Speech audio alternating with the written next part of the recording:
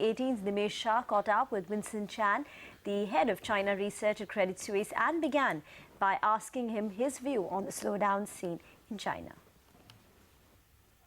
Now, I think in near term, the government's capability to keep economic growth at 6.5% should be reachable. Okay. But I think growth in 2016 will still be slower than that of 2015. 2015, the growth was 6.9%. I think it probably will be somewhere between 6.5 to 6.9. Okay. But there are a lot of global experts who believe, in fact, Mark Mobius had recently quoted saying, he fears that the China growth can slip to as good as 3% as well. Is that exaggeration, or you think there is a risk of China slipping to even 3%, if not in near future, but in the next couple of years from now? No. Well, when you say after 2020, after 2025, okay, that's possible. Okay. And that because when the economy is getting mature, growth should further slow down. Okay. I don't think it's likely, at least the official growth figure, I don't think it's likely to drop below 6.5% or even 6% before 2020. Okay. But, well, when the economy gets more mature, 3% growth is actually a very decent growth number. Okay. Vincent, the other big fear for global markets and for a lot of the commodity-driven countries is how are the commodities market going to shape up? Because we saw some bit of bottoming out of commodities. Given the way China is growing, how much of a risk of commodities you see for global growth? Now, I tend to think that actually commodities demand in China is on a structural slowdown trend. Okay. The major reason is not so much in growth, but the contribution of growth. In the past, China's growth is very much relying on exports and investment, which consume a lot of commodities.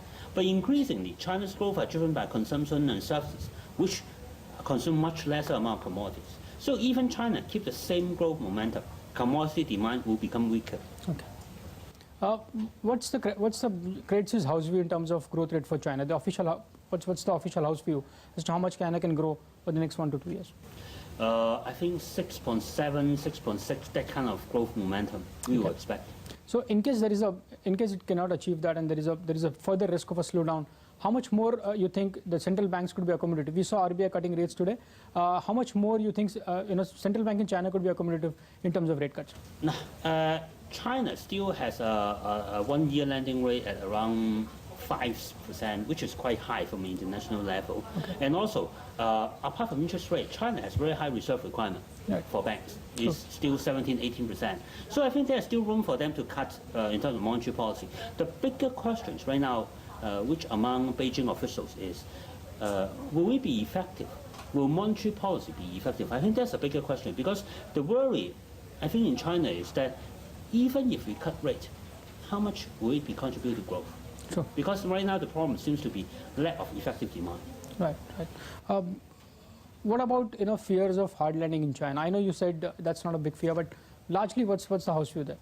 I think we don't really worry about hard landing. Okay. The bottom line is that China's central bank basically has an unlimited ability and unlimited willingness to inject liquidity into the system in case the growth really get hurt. So I think usually hard landing happens when you don't have a lender of last resort. China has a very strong lender of last resort. Sure. Okay.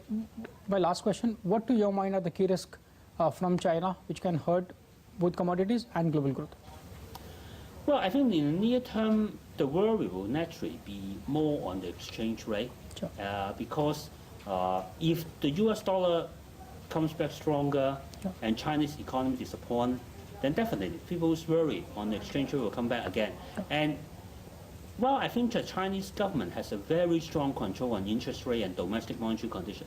Its influence on external monetary conditions is much less. Sure. So that means if you really ask me want to point out a risk, I think number one will be exchange rate. This will be a much bigger risk than hard landing, put it this way.